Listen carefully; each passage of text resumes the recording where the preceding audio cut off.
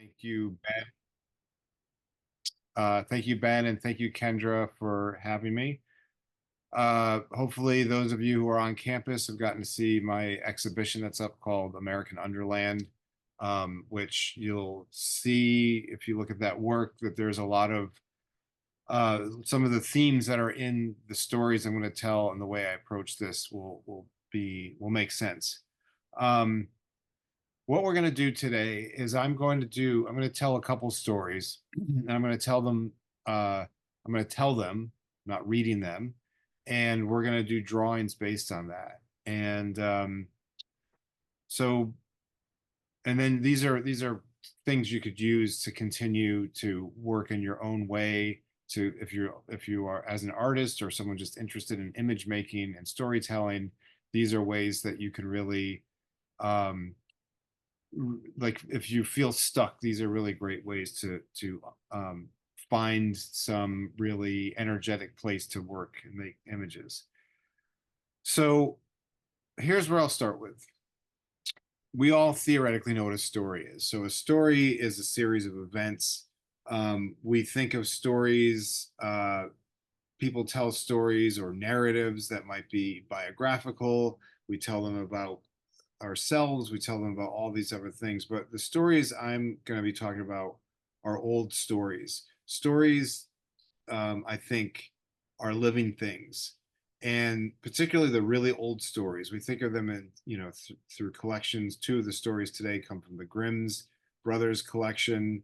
Um, there are really old myths and folk tales that we encounter. And the reason they endure is because there's something in them that is deeply rooted in cultures and in our past.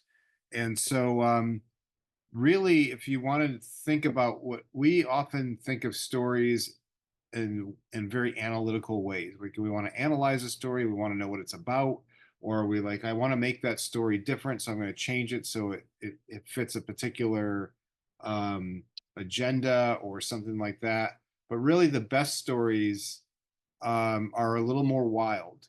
They can't really actually they won't adhere to your what you want them to do, but they will come in when you hear the story. It will come into you, and it'll live inside of you, and you'll feel it. And I think the uh, when you think about this, and when you actually feel the story, you realize that sometimes you identify with the protagonist, but sometimes you realize you're the villain, sometimes you're the side character, and different times of your life. So all that is really important to remember. So really what a story is, it's the bones of a story. This is not the flesh. This is not all the stuff that storyteller or an image maker gives to it. A story is really a series of images told in order. So I think I'm going to skip this. This was if we actually, I guess we could do this. We just have a few people. Um, so uh, one, oh, and actually, before we get to this, I also want to say something about drawing.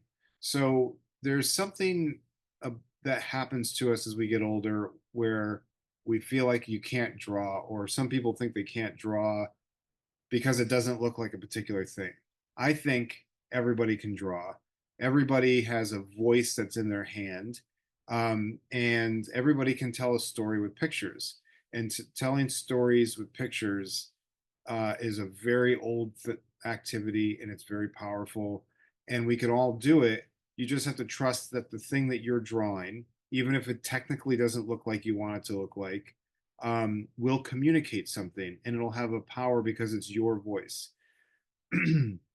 So, to that end, when I do these exercises that we're about to, after I tell the stories, I give you a really short time frame, and the reason for that is I don't want you thinking. Again, like we tend to be very analytical, and I know this is a drawing class, and I've taught many drawing classes where I'll have someone who they've convinced themselves that they can't do a thing before they even sit down, or they're in the middle of it and they're trying to find some sense of perfection. But really, what you want to do to draw, to really get to that place where you feel like you're confident in drawing, is to actually bypass that part of your brain, which is the kind of gatekeeper, which is saying, no, no, you that's wrong, don't do it like that. And to let those come, it's really great to go after you let the thing come alive and come out, to think about how you might fix it. But it really helps to stop and think, well, what is here? Not um, not look at this as if it has to look like a thing I've already thought of. Once you've made a drawing, once you've done a thing, it helps to sit back and say, well, what are you? Who are you? What how can I take what is there and also maybe begin to edit or fix what I'd like it to do, but really, do that after I've let the whole thing happen. So that's the kind of presiding philosophy of what we're gonna do. So what we're gonna the um again, I think I'll just do this, even though there's just a couple people, just to illustrate this. And so those I know many of you will be watching this after the fact, but I'm just gonna do this quick exercise. And so Ben, I'll rely on you to be one of the participants. So to give you a sense of how images tell stories. Again, we think of stories often when we're telling a story. You gotta talk about like um, the events, and you're talking about the backstory and all this other thing. But really, they're images. And you think about a dream. If when you try to describe a dream that you've had, it's usually like this thing happened and it became this and it became this and it became that. Well, in a story, you have a series of images and you tell them in the right order. And as a storyteller, whether that's orally, the way I'm doing right now, or drawing, or some combination of the two, um, what those images do, how they look, that's sort of the flavor, the flesh of the whole thing. So, just for instance, um, I'm going to do this exercise. So, think about a story that I'm assuming everybody knows to some extent, which is Little Red Riding Hood. So, can you tell all of Little Red Riding Hood in 6 images in 5 minutes? So, before you start, so I want you to think about this, not like descriptions of what happened, but a picture. So, in pictures, that has to describe six the 6 things that tell the story start to finish of however you remember it.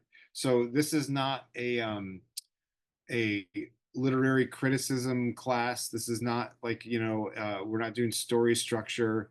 It's kind of like what are the 6 things you remember that you have to use to tell the story of Little Red Riding Hood.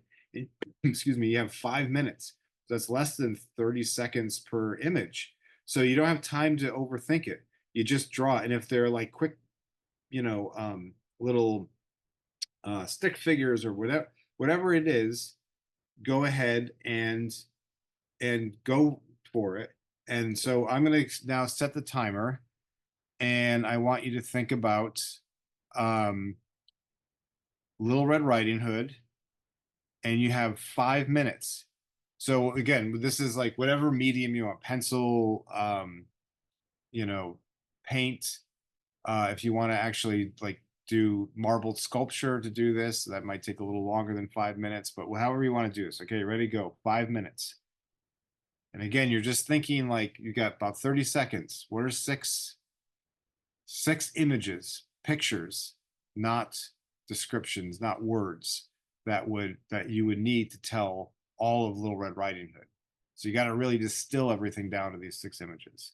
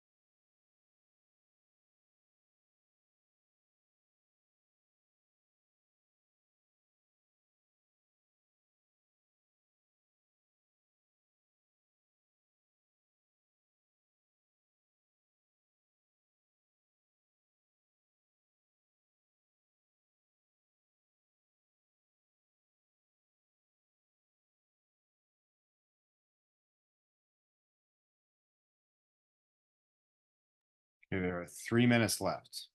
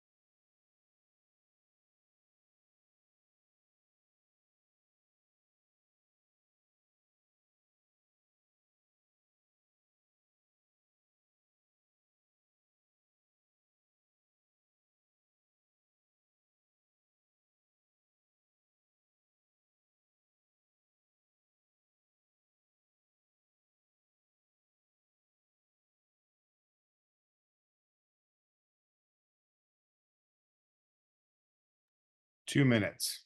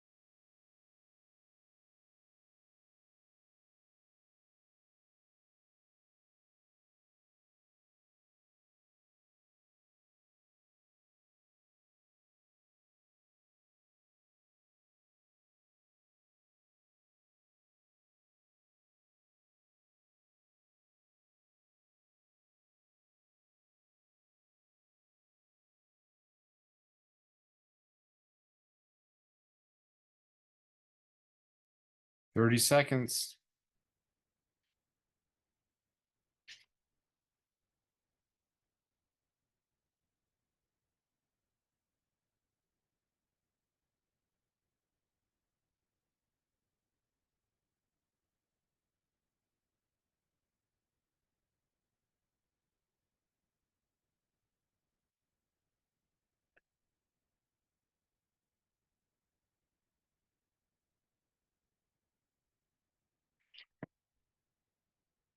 All right. That is time. So I don't know if Sophia and Noah, if you are there, and Ben. So just really quickly, um, what 6 images did you come up with? It's really interesting when you have a really big, because there's like, I feel like there's always like 2 or 3 images that everyone agrees on, and then it starts to get a little fuzzier towards the end of the story. So Ben, what'd you come up with? Well, I was, I'm embarrassed because I was trying to remember the story, and I just immediately thought Little Red Riding Hood. She's got a little basket, and she's going Mhm. through the forest, and there's a wolf ahead. So I don't know if I'm telling the right story. No, that's yeah, you're right. And the good thing about this is, I used to be an illustrator for many years, and sometimes I only had like an hour or whatever, an overnight, and to come up with thumbnails and a finish for a newspaper, magazine, whatever. So this is a good rehash. So I just did four quick, I mean six, you said. Yeah. She's and I Here, hold it to the camera a little closer. Yeah. It's kind of abstracted because it's not your face. Can you see it? A little bit, yeah.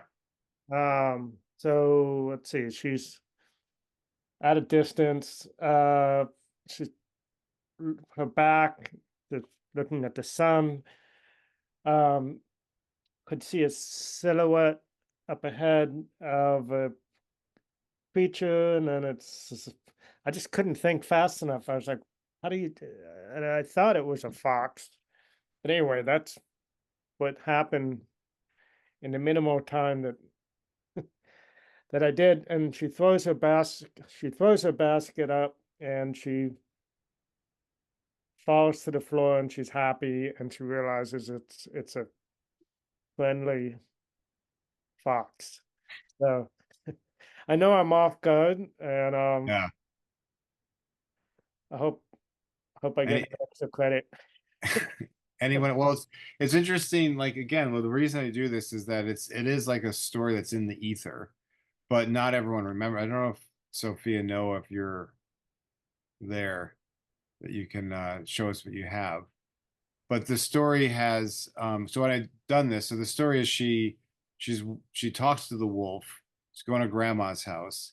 The That's right. wolf goes and gets there before she does, eats grandma, dresses as grandma, and when Little Red Riding Hood comes in, she does the oh my what big teeth you have, and what she thinks is grandma, but she knows something's wrong. The wolf eats Little Red Riding Hood, and then a woodsman comes and cuts the wolf open and frees them. But there's that part of it. Like when I do this, not everyone quite remembers that part. Um, okay, so I think um, I'll tell the stories and I'll give the and unless some more people come on, and I'll give the exercises to go with these, and we'll see where we get. Okay. Okay. So this story that I'm about to tell is from the Grimm's Brothers collection. It's called The White Snake, and it's a story I really am fond of. And I guess again, if you've seen my show at the Archer Gallery, which is up until December 20th, so much of that work is about the idea of an animate world, like the voice of the world. And this is a really interesting story. And again, so when you're listening to the story, this is what I'd like you to do is to draw while you're listening. Um, and just and again, try not to judge the story or anticipate the story. Just experience it, listen to it, and then I'll talk about the what we're going to do next. But we're again, was the idea is to think in images, not in kind of like literary analysis or anything like that. Okay, so this is the story of the white snake. So there's once a king who had some sort of incredible ability to understand everything that was happening in his kingdom. He knew all these secrets, he knew all these little things, and nobody could understand why. He didn't really have a bunch of spies that they knew of, but he had some kind of sense of all the happenings in the kingdom. And he had a funny little habit, which is that there was a particular dish that he wanted served. And when he ate it, everybody needed to be out of the room. So and it would be brought to him by a very faithful servant who'd been with him since he was a child. This is his favorite servant, faithful servant. So this servant would bring in this covered dish, and he'd bring it in, and he'd lay it in front of the king, and the king would wait while the servant left the room, and then he would be called back in, probably with a little bell, and the servant would come in and take the dish. He was not allowed to look at what was in there and bring it back to the cooks. So one time when this was happening, the servant was very curious. I mean, he's been so curious about what is in this dish. So as he's in the hall between the room where he's taken the dish from the king to the kitchen, he's sitting there and no one's around, and he opens it up and there's a white snake on the plate. So he takes a bite of the white snake to see what it's all about, and then brings it back. Well, almost instantly after taking this bite of the white snake, he can hear the voices of the birds. He could hear the voices of the trees. He could hear all the animals, and not just their singing, he could understand their conversation. He could actually hear what they're saying. And it's incredible. It's like, if you could imagine where all of a sudden your ears are opened up and you can hear all of these things happening. As he's walking down the hall, he could hear the talking of the little spider that's in the corner. He could hear the rats in the walls. He can hear it all. So that same night, the queen, who liked the king, was a bit careless and was a bit arrogant. And she was sitting by the window. It was a nice day, probably not unlike today. She was sitting by the window and she had a gold ring and it dropped out of the window. And she went to go look for the ring and she couldn't find it. And she starts to pull all her, the drawers out and everything looking for the ring. And of course, her first conclusion is that somebody stole it. And after, in a very scary way, interrogating her, the kind of the women who dress her and everything, she just assumed it was the faithful servant because he has access to everything.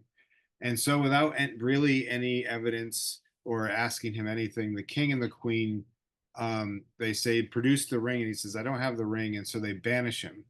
And so the young servant, this young man, goes outside, and as he's walking by one of the little streams that are nearby the castle, he hears the ducks talking, and they're very chatty. And one of the ducks says, uh, I was under the window of the queen yesterday, and I was just eating bugs and things, and I swallowed something like a ring or something, and it got stuck in my throat, and now it's in my gut, and I feel terrible.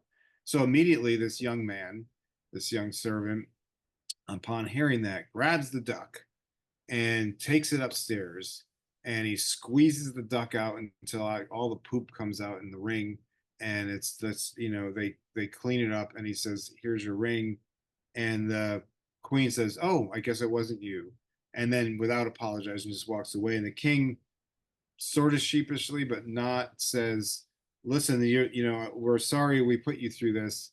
um how about, I'll give you anything. Do you want a dukedom? Do you want some part of a kingdom?" And at this point, the young servant he's had it with royalty, and he says, "The only thing I would like would be some traveling money and a good horse." So the king gives him those things happily, and the young man goes off on a journey. Now, of course, he gets to know the horse because he can hear everything, and he's just going through the world. He's probably never really left the grounds of the castle in his life. And now he's out in the wide world and he's walking along through the woods and he's hearing all of these voices of everything alive. And at one point, he hears from a nearby stream these distressed voices. And he looks, and there are three salmon who are stuck. There's some trees had fallen and made a bit of a dam, and they couldn't get over the dam, but the little pool they were in was quickly um, evaporating, and they were afraid that they were not going to be able to get through there and that they were going to die. So the young man got off his horse and he gently picked them all up and he put them on the other side, made sure that they were safe. And they said, "Thank you so much. Is there anything we could do to repay you?" And he said, "No, no, I'm just very happy to be of service." And so off the salmon swam. He got back on the horse, and he and the horse are having all kinds of philosophical conversations as they walk along. And so later, and another part of the journey, he hears this like almost tinny little angry screaming at him from down on the path. And he looks, and there is the queen of the ants, and she's with all her people, and yells, "Your stupid horse almost trampled our home." And the young man gets off the horse. He says, "Oh, I'm so sorry. We didn't see you there. You're right in the path." So he spends the better part of the day diverting the path around the ant hill, and the queen of the ants and all her ant people thank him and say, "Is there anything we could do to help you?" He says, "No, no, I'm just happy to be of service." So on the horse he goes. He continues going on, And at some point, he arrives at a part of there's like a bit of a bend, and he sees again. He sees three ravens on the ground. And they're young, like teenagers, and they are really distressed. And he says, "What's the matter?" And they say, "Well, our parents expected that we'd be able to fly by now, and they pushed us out of the nest." So as sometimes parents will do, they like needed to like go to college or something, but they were like on the ground, and they said we can't fly yet, and we're starving because we don't know how to hunt. We can't get anything. And the young man and his horse who've come to an understanding, they kind of look at each other. They almost don't need to talk at this point. He says, "Here's what I'm going to do. I'm going to give you my horse."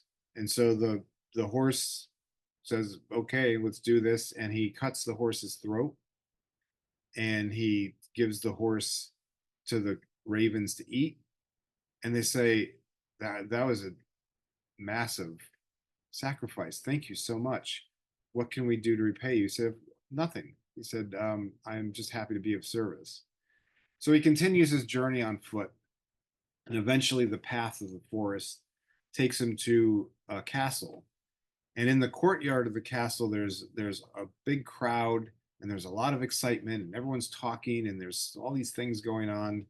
And so he asks the man next to him. He says, "What's going on here? It looks like there's like a festival or something. What's happening?" He said, "No, the king has a beautiful daughter, and he has offered to give her hand in marriage to the first man who can complete the extraordinary task that they ask of him. But here's the caveat: if you don't do it, you're dead."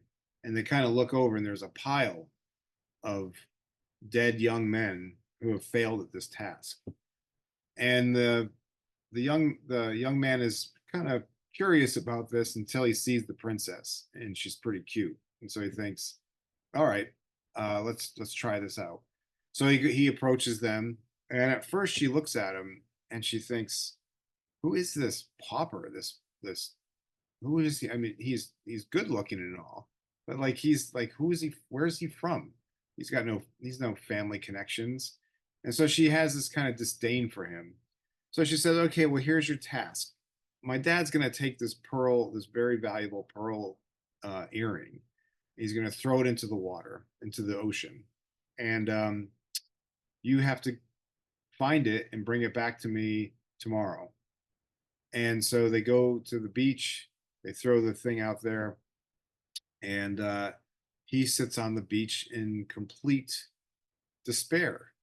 He's weeping. He just thinks, "Well, that's it. I mean, I guess I had a short run. It was kind of I ate the white snake. I could hear I went on my journey, but this is it. How am I going to find a pearl earring in those rough breakers of the ocean?" And suddenly he hears the voice or three voices in the water, and he looks, and there are the salmon. They've grown up a little bit, and they say, "Look over next to you on the beach that washed up. There's a clamshell." And he opens the clamshell, and in there is the pearl earring. And they say, every good turn, deserves another. And he thanks his friends, and off he goes to the princess and the king, and he's like, "Here's your pearl earring." And you could see in her face, she's like, "Ah, oh, I was kind of hoping he wouldn't get it. I don't know how he got that." So she says, "Oh, there's more than one challenge. Did I just say there's one challenge? Actually, what you need to do is I'm going to throw 4 sacks of millet, of grain, into that field over there. And you have until sunup tomorrow to pick up every bit of grain and put it back into the sacks. And then we'll talk about marriage." So he's sitting there, and he's on his hands and his knees. He's picking up each little grain, and he's trying to put them into the sacks. And he thinks that there's no way I can do this. How would I ever accomplish this task? Why am I even bothering? I mean, this is too overwhelming. I'm dead. This is it. I'm gonna go back, and I'm gonna be on that pile of bodies. There's nothing I can do. And so he falls into a very troubled sleep. And when he wakes up just before dawn, he looks and all the sacks are full. And there's the ant queen and all her people. And she says, "We filled the sacks for you." And he says, "Thank you so much." He said, "No, that every good deed deserves another." And off they go, and they promise to keep in touch with each other. So he goes back to the queen, I mean, to the princess and the king, and he says, "Here are your sacks of grain." And of course, they look and see if there's some sort of trick. And, she's pretty impressed with him, but she still is pretty snobby. Like, this is just like, even other guys were part of like lesser families, but they were part of a well heeled family. So she says, there's actually three tasks. What I need from you is a golden apple from the tree at the edge of the world. And when you bring that to me, then I'll definitely marry you. And that's it. And here's your time frame. You need to come back in a couple weeks. And he says, "Okay, I have no idea where that is, how to get to where that is, and to do it in 2 weeks, the end of the world. I don't, the edge of the world. I don't know where that is." So he just begins walking, just following his whatever instinct he has of where that is. And he's walking for some time, and he's well into the time in which he's getting closer when he should return. And he thinks, this is insane. I have a couple choices. I could just keep walking. Maybe that's what they wanted. They didn't want me to come back. Or I go back and I'm dead. But like, I don't know. How am I going to, how would I do this? This is an impossible task. And in despair, he sits down on the edge of a oak tree, a big old oak that has its own voice and its own concerns. He's kind of listening to it, thinking, what do I keep walking? Do I go back? And suddenly he hears a cawing, and he looks up, and there are the three ravens. They're now grown up, they're flying, and they said, we heard what you needed to do. We went to the edge of the world, and we got one of the golden apples for you. And he says, "Well, thank you so much." And they said, "Well, every good deed deserves another." So he walks back with the golden apple to the princess and to the king, and they now she's really impressed, and her defenses are down. And he says, "Okay, like, this is it." And the king's trying to devise some other trick for him, but he says, "Why don't you, to the princess, let's cut this apple in half, and you have one half, and I'll have the other half." And so when the princess bites into the apple, this kind of like, not unlike what happened when he had the white snake, this kind of golden light kind of emanates from her. This kind of sense of connection and love emanates from her, and she looks at him, and they fall in love. And soon the old king dies, who had been kind of keeping the energy of the kingdom. He's gone, and they become the king and the queen of the land. And the king, who could hear the voice of the world, and the queen, who had this golden love inside of her, ruled for a very long time, as um, kind and responsible sovereigns. And that is the story of the white snake.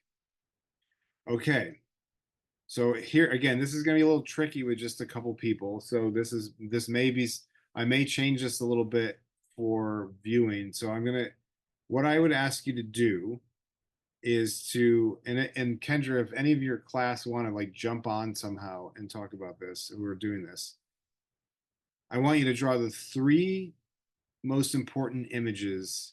By important, I mean not important to the story, but like the three images that came into you. So as you're listening, there's an image came in, right? So what are the three images, the strongest images that came into you? And I'm going to give you 10 minutes to draw those images. And again, this is like These are just over 3 minutes per drawing. So don't overthink it. Don't think about what it means. Don't think about whether it's a good drawing don't think about whether it's right.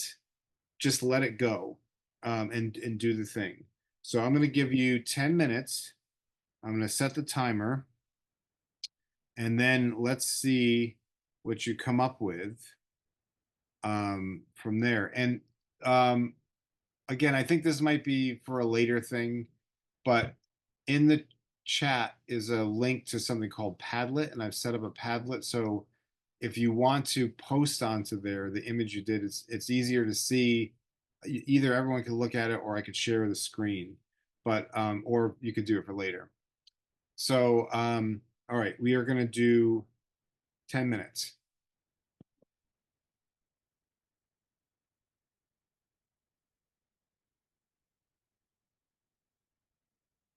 Okay.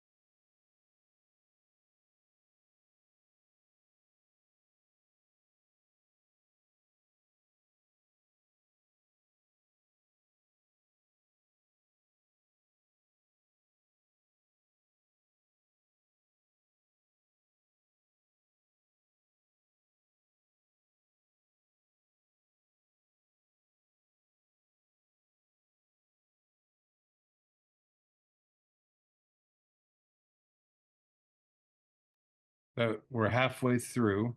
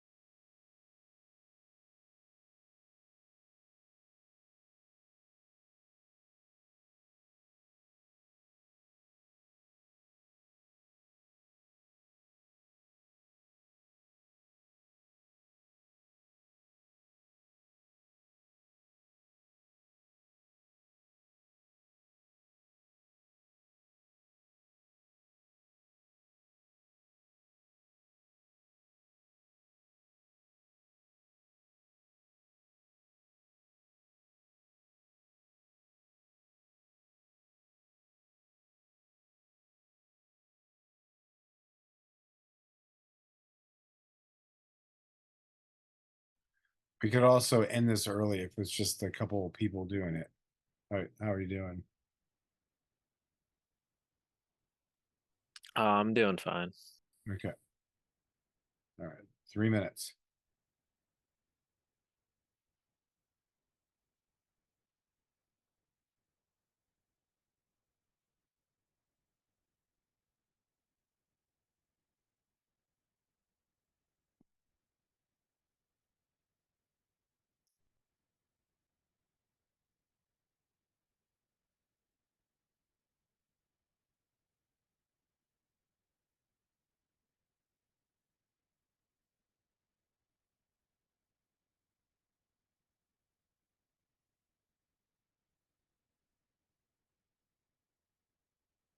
One and a half minutes.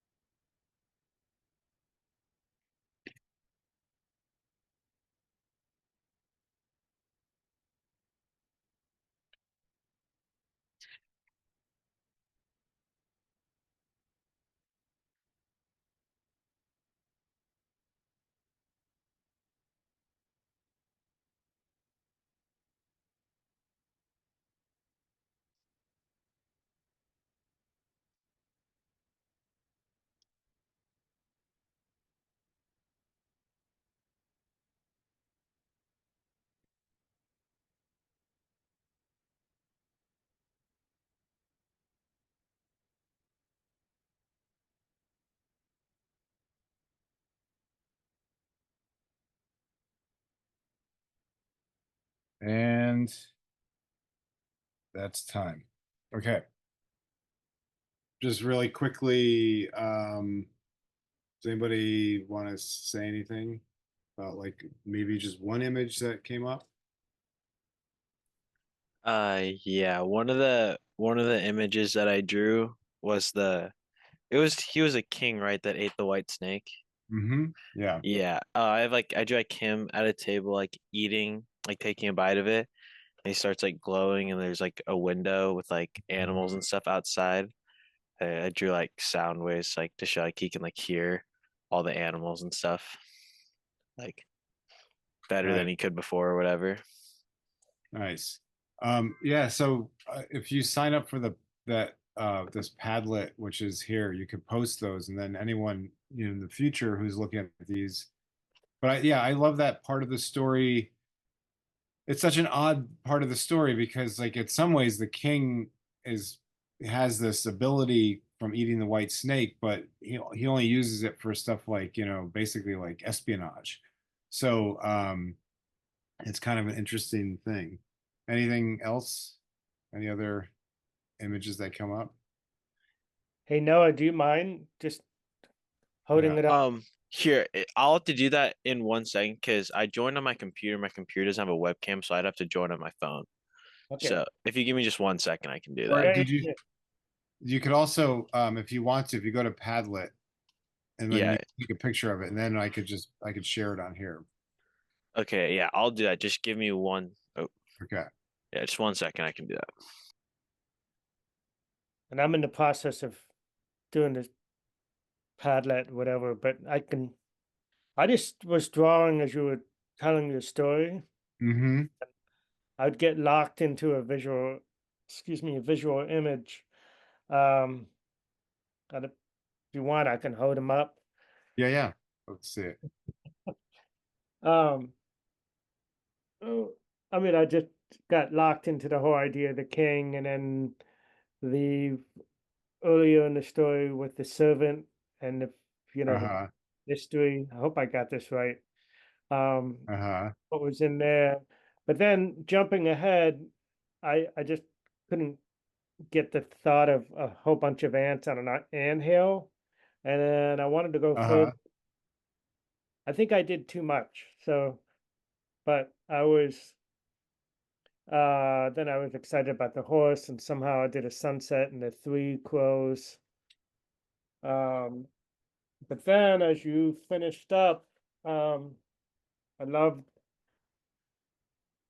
when you were talking about the two halves of the apple, and then I kind of Yeah. went back to the. So I was not illustrating a scene. I was more sort of starting with iconic images. But anyway, Yeah. yeah. Yeah. No, I mean, I think again, it's like the images, if you stick with the images, Mm. that's where the story lies. You know, it lies in those images, and then they'll change for each of you. And here's what I'll do because I think the way this will work better, I'll tell this second story, and then I think if for your students who would sign up, well, I'll leave this Padlet open so everyone can kind of look at they can add later, and they can have a conversation later, and I'll give you some of the I'll give you some of the exercises to go with this. But uh, I just wanted to tell this story about like images. Where a long time ago, I was in one of those comic um what do you call it? Those like it was like a comic jam. You know, you go on stage, you have 15 minutes and you're going up against someone else and you're given like three parameters. And you have to make a comic on like a big comic and draw it in front of everyone and whoever has the better comic in 15 minutes like the crowd votes and wins. It's really fun. So one of the prompts was Popeye's chicken. But you know, I'm on stage, and most people would think, I mean, there's even a Popeye's chicken around the corner from me. Everyone thinks of the restaurant, but I thought, you mean like the chicken that belongs to Popeye? And so the image that came to me was this chicken with like, you know, like big forearms. And everyone thought I was just being super clever, but it just so happened at the moment, the image that came into my mind was not necessarily the intended image.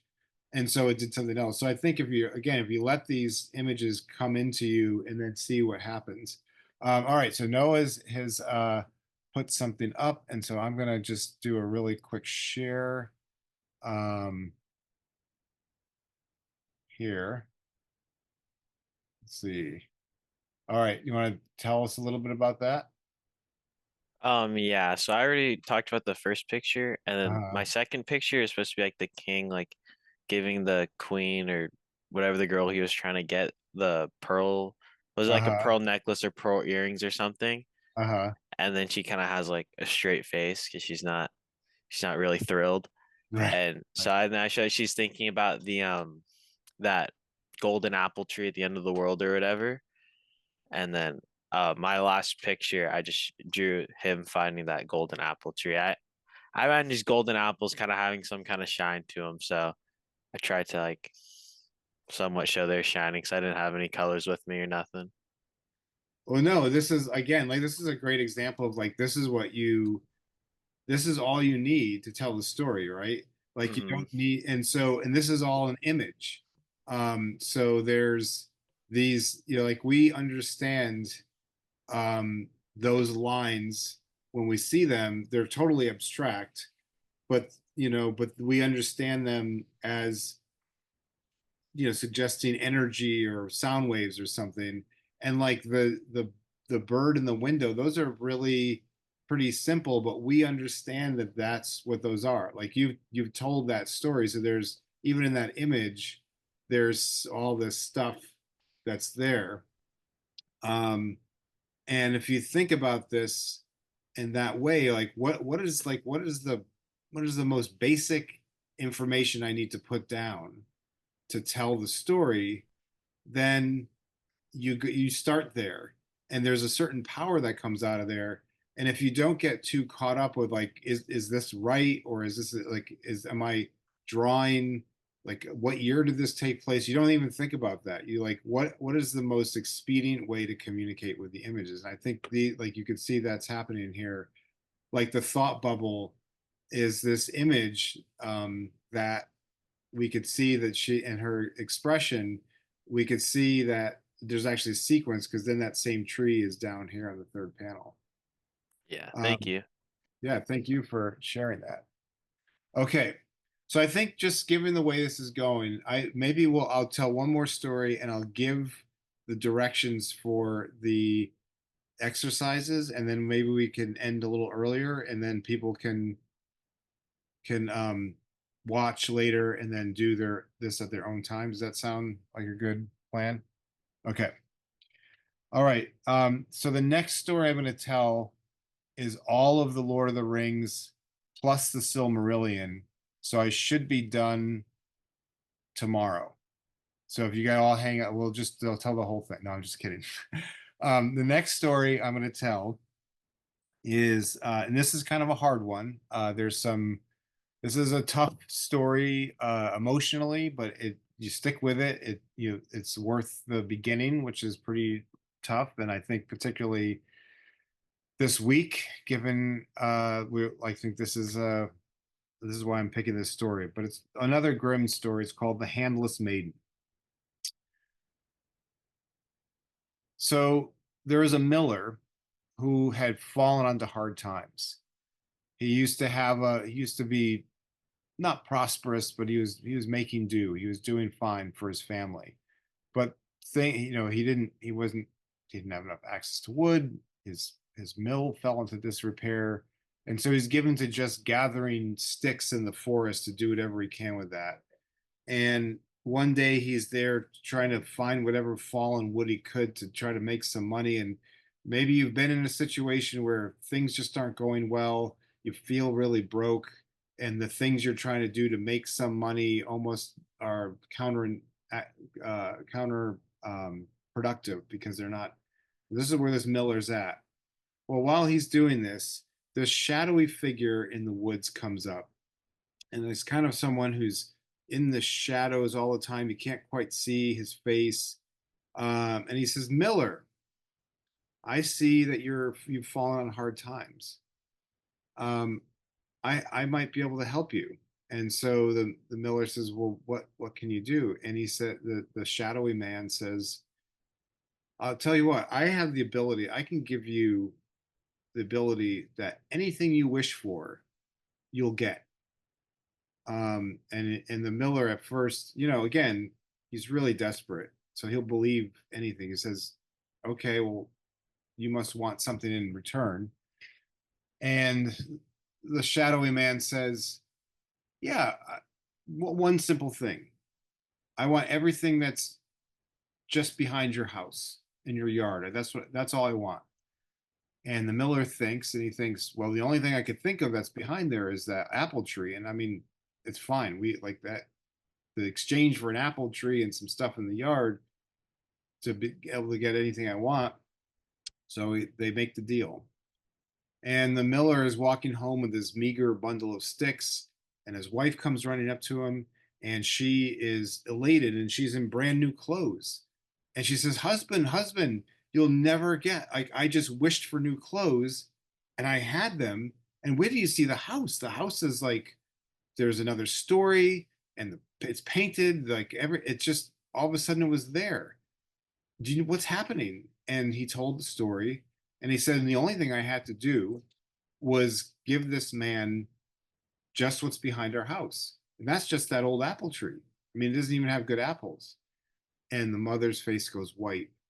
And she says, husband, that is where our daughter sits every day reading. Our daughter is, when you made that deal, our daughter was sitting under that tree and in the backyard. And now they think, oh my God, what's going to happen? So they tell this to the daughter. And when the shadowy man comes to take the daughter, she has drawn a white chalk circle all around her, and she's all dressed in white. And this is really old magic. This is old earth magic. And she's drawn this around her, and she's standing there, and the shadowy man knows he can't get at her. She's protected by this. And he says, Miller, this is not the deal. So I'm coming back next week, and she better be covered with the filth of the world, covered in filth, and then I'll be able to get at her. And they're, so help me, you're gonna not like it if you double cross me. So the shadowy man comes back the next week, and there is the daughter. She's covered in filth, and she is in profound grief and sorrow at what is happening to her because of her father's deal. And she begins to weep, and the tears of her weeping are so pure that they wash away all the filth. And once again, she's she can't be touched by the shadowy man. And the shadowy man says, Miller, I'm coming back next week, and here's what I want her hands. And if I don't have those, I'm going to burn this whole damn place down. Everyone in your community, you will not like what happens. And so the mother and father are weeping, and they're trying to figure out what to do. And the daughter says, Father, you made this deal. I'm going to have to do this because you made this deal. So you should do it. Cut my hands off. That's what we're going to have to do. And so the shadowy man comes back, and he has to do it. They sharpen the axe. The mother's ready to cauterize the wound. They cut the hands off the daughter. They give the hands to the shadowy man, and the shadowy man leaves. And they go back inside, and they're trying to console her, when something terrible happens and somebody's trying to act as if nothing's wrong. And there's just so much wealth now accumulating. There's, giant TVs, and there's a Tesla outside. There's everything is out there. And there's so much plenty and food. And the daughter is sitting at the table with her hands or her stumps bandaged. And she says, I cannot stay in this. Yeah, I cannot stay while you just consume all this wealth and my hands are gone. So she leaves, and she goes out. She doesn't know where she's going. She just knows she has to get out of that place. Eventually, she finds herself in a dark wood. There's a point in all of our lives where we find ourselves in this very same dark wood. There are no paths. It's hard to tell what time of day it is. It's hard to tell the direction.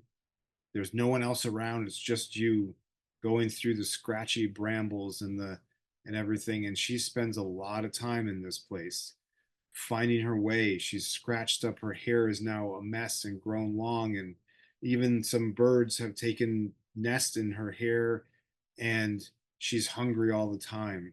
So the birds understand this. So they get this dark meat, this, who knows where it comes from, is the dark meat of the forest, and they're feeding her in her mouth so she can sustain herself. She goes through who knows how long in this state. One day she comes to the edge of the forest, and she looks out down below, there is there's a castle, and there's a walled garden, an orchard with beautiful, full, ripe fruit trees. And it's a giant full moon, like a super moon. So everything's well lit.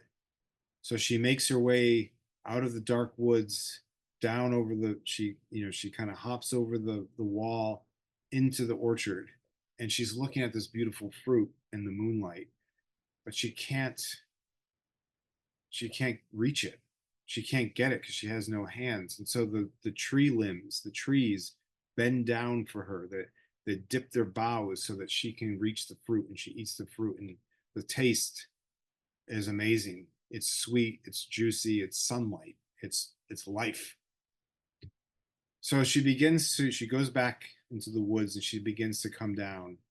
Now there's also at night in this place there's a little gardener who loves to be in at night. He's an eccentric little druidic fellow who likes to be down there, and he likes to see what happens at night. He likes to watch all the night creatures and look at the moonlight, and he begins to notice this apparition of some kind. Is she a spirit or is she a woman? He doesn't know.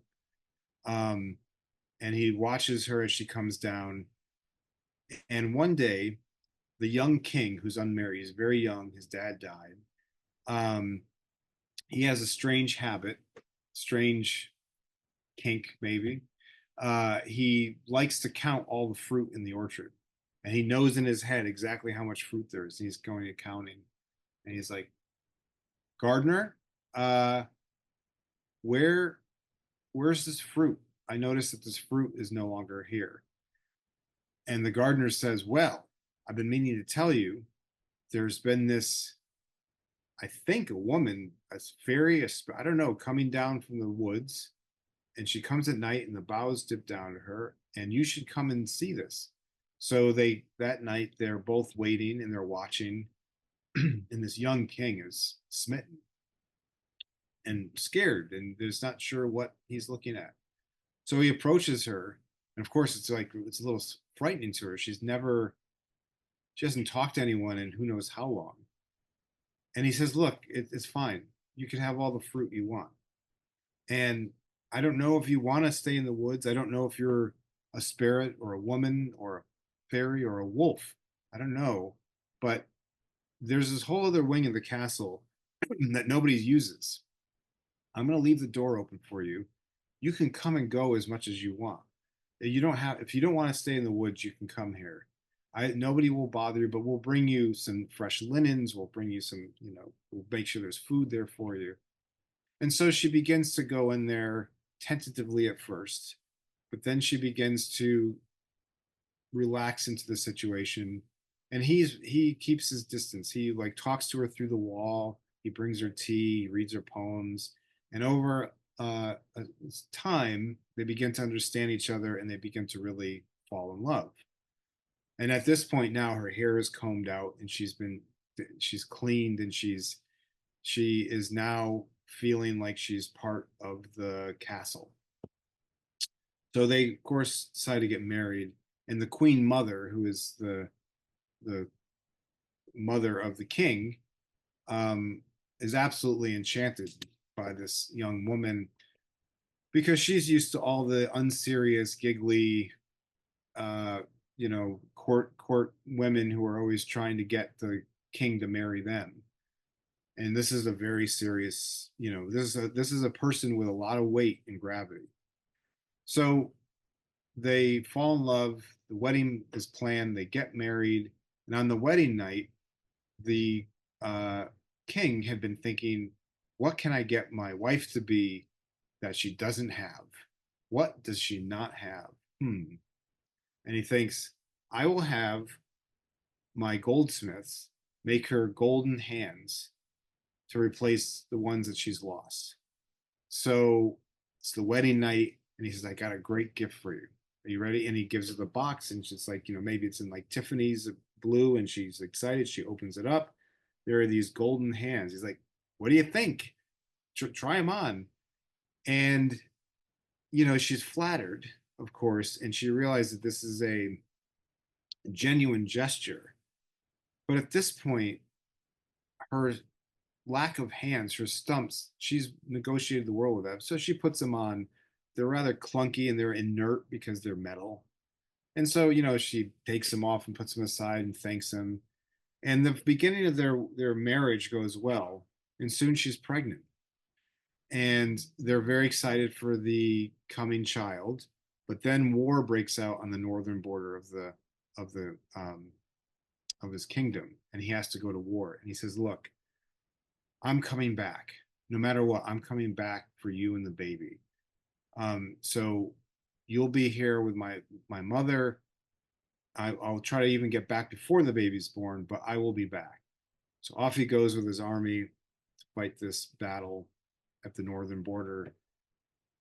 And eventually the baby's born, and it's a boy. And the queen mother and the queen just really love this little boy, and they get into a rhythm. And once the baby's born, the queen mother finds the fastest rider, the fastest messenger, and says, "Race as fast as you can to the northern border to the king and tell him that his son was born." So off this rider goes, and he stops in a dark wood to take a rest and have a little snack. And as he's sitting there, a shadowy man comes, kind of creeping in, and the messenger's kind of drowsy. And the shadowy man says, "Here's the message you're actually going to take.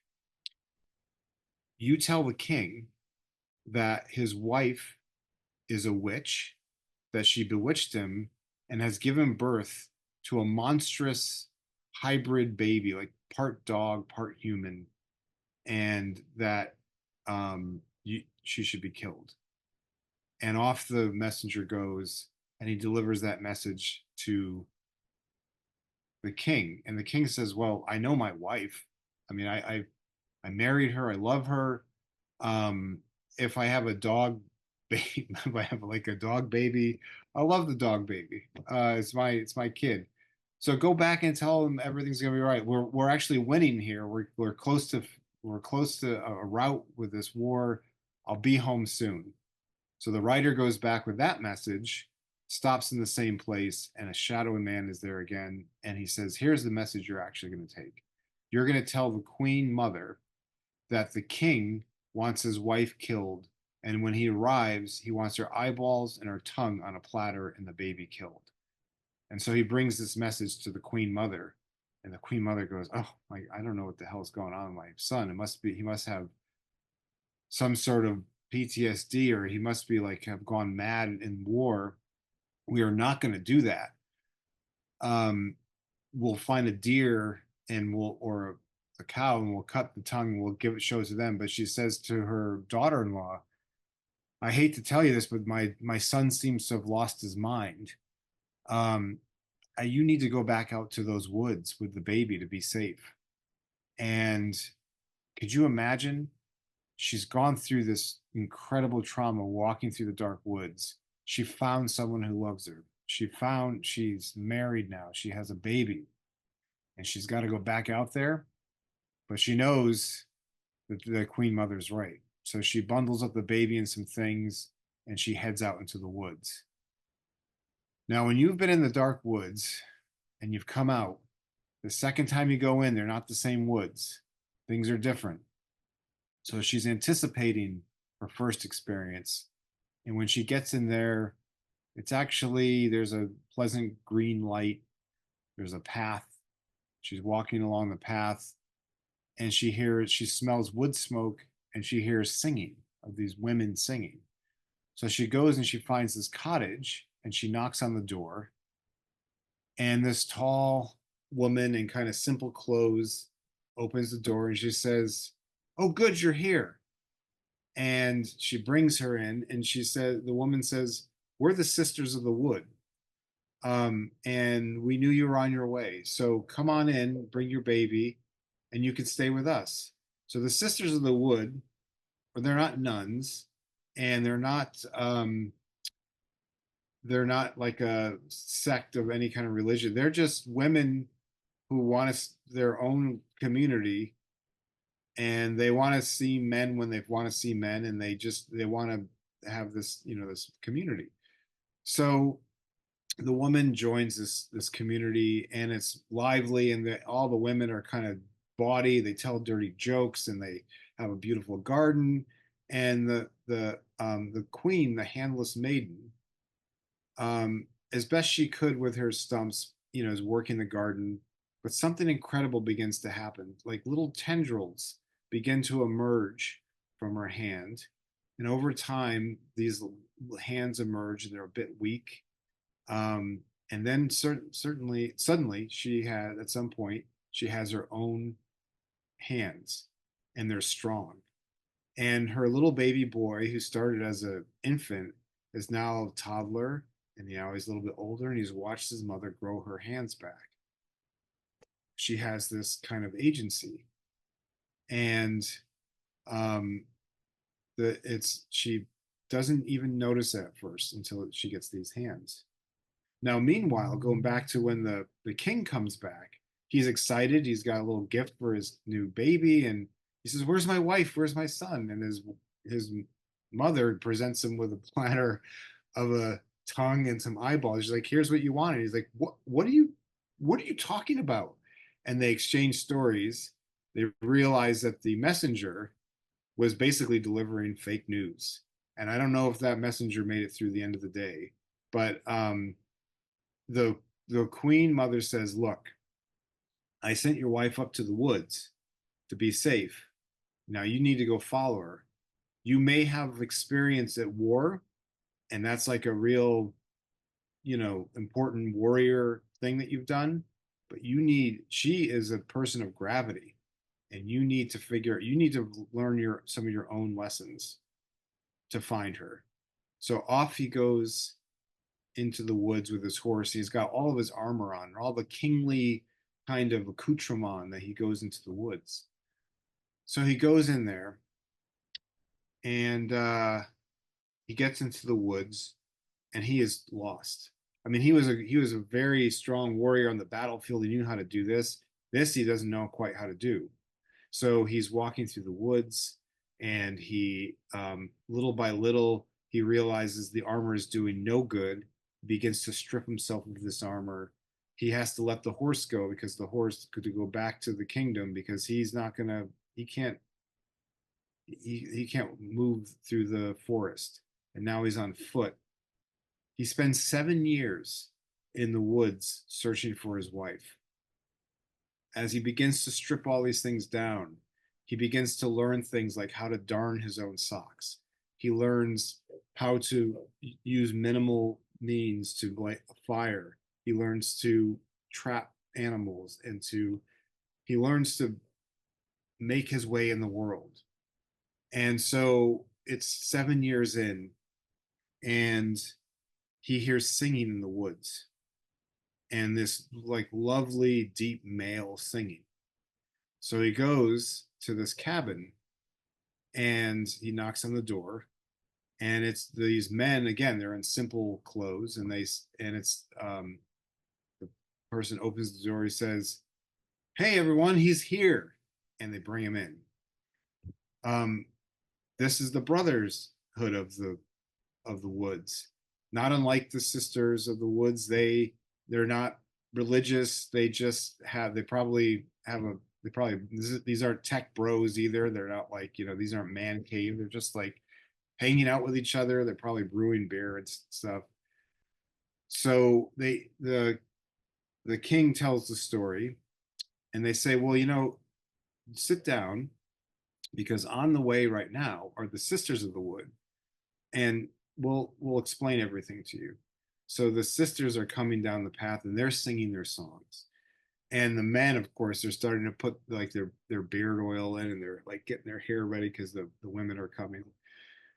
So sisters of the wood come to the door, and they're getting ready for a big party. This is how they like it. They like when they want to see each other, they'll see each other. And so the young man, is the king, is sitting there, and they come in, and there's this person behind, and they tell the man, here, stand up. Come here. Stand here and close your eyes. And they have like a white veil that they hold in front of his face. Okay, they said, okay, now open your eyes. And she's standing there. And they remove the veil and they look at each other for the first time in years. And they see each other as they truly are. The woman who grew back her hands, and the man, the king, who learned to darn his own socks. And of course, the son is like, oh my God, you're my dad. And then the party lasted all night. The party lasted so long, they gave me a growler of beer to take to you, and I dropped it on the I dropped it on the way in, and it was really good. I would have shared it with you. But that is the story of the handless maiden. Okay. So we'll just take a moment to think about that. And again, since I know that there's going to be many of you are going to be watching this, I will tell you what I want you to do is to just listen to the story and don't react, don't analyze, think about images that you see, and take 20 minutes to draw the two most important images that you think in there. So again, like whatever that image is, don't question it. Just like what image pops in your head. That's 10 minutes each. And then we'll post it to this Padlet.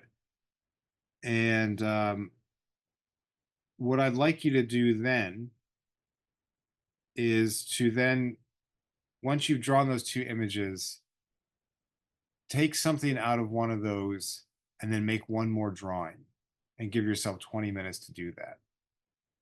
So what this does is it allows you to again hear the images, see where you are in the story, and then draw the images as quickly as you can without overthinking them. And then you can go back and analyze. What might happen is as you're working is you might actually find something in those images you drew, a motif or an idea that gives you some other space. So I'm going to stop there.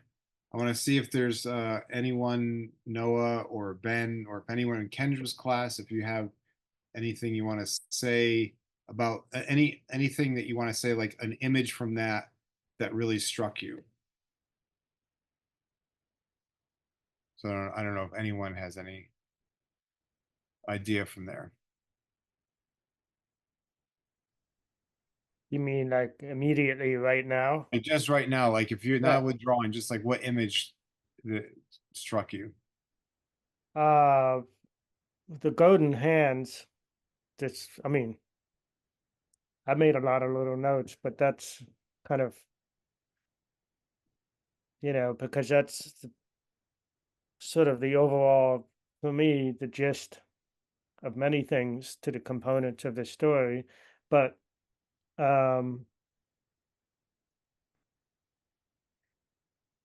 yeah, no, I mean, I'd have to give it anyway. That's just the first boom. Yeah.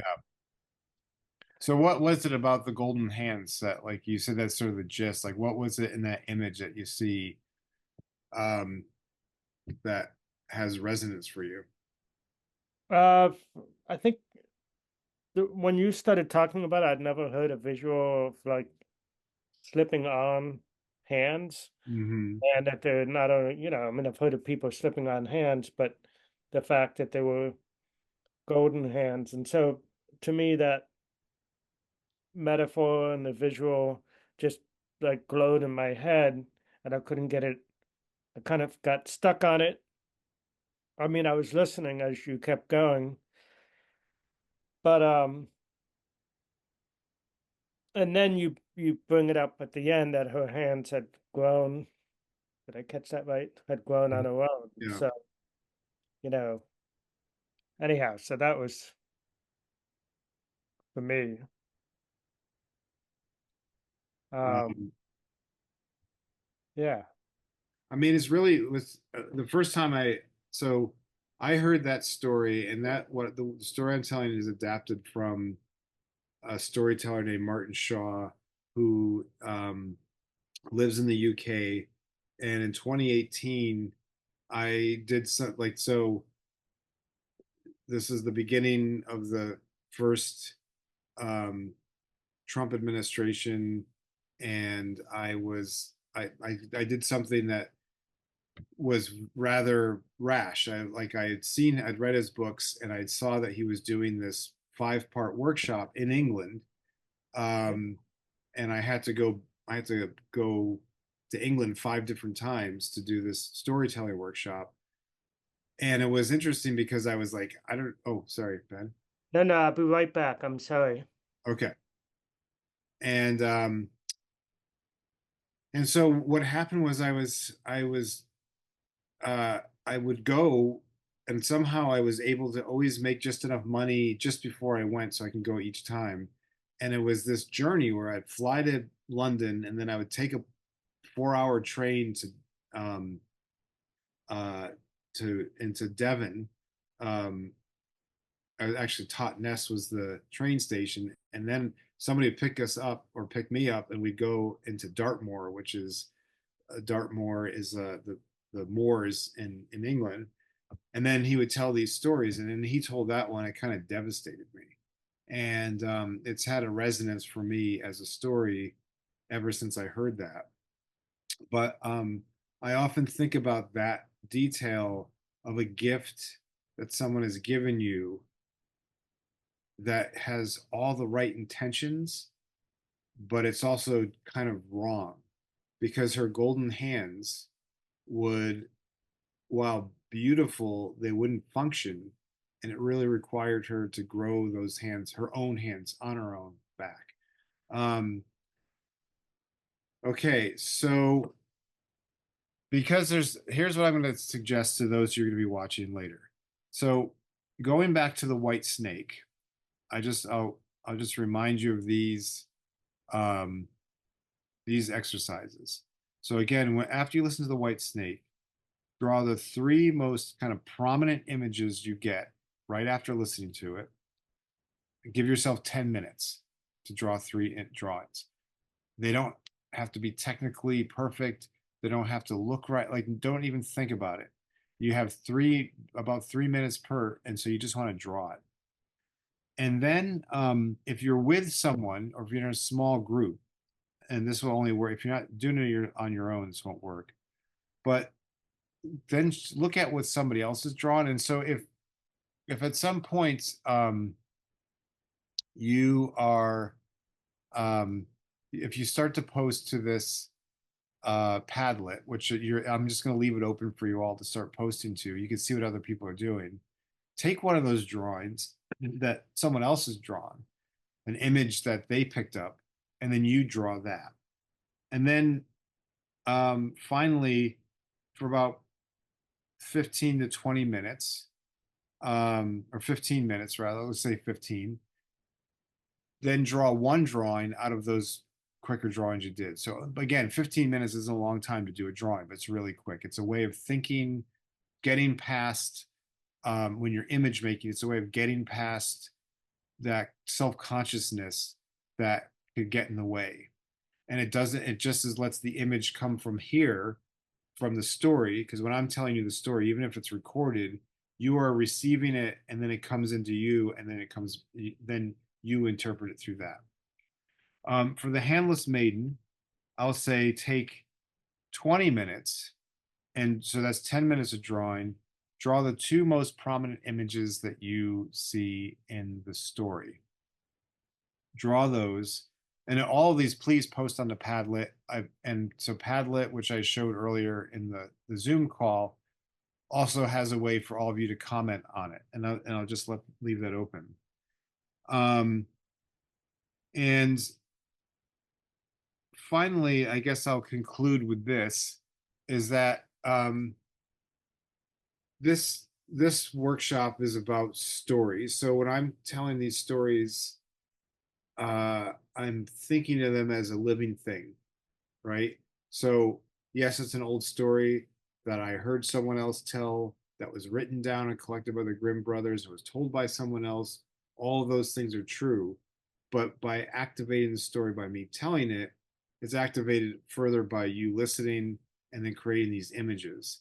And so the analogy I think of when with this kind of activity is like yeast, like sourdough yeast. You know, I don't know if anyone here ever makes sourdough bread, but the way sourdough works is you take the flour, and the yeast that's floating in the air comes in, and you cultivate that by feeding it, and then sometimes you give it to someone else, and then they take it, and then that yeast begins to, even though it started with this place, wherever they take it, the yeast from that place starts to feed it, and so on and so on.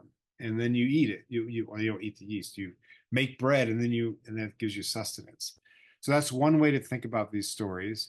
But as someone who's making images, if you get to a point where you're thinking, I don't know what to do. If you're sitting, I don't know how to make. I don't have any ideas. You're right. There. This is a way of doing this. Wow. Ben has just posted there's an 1890 starter. Wow. Like continuous? Yeah, it's came from a professor at PSU, a good friend of ours, and yeah, we've been using it for probably about 10 years now, Wow. and we've branched it out, and Hmm. I'd love to give you some too sometime. Yeah.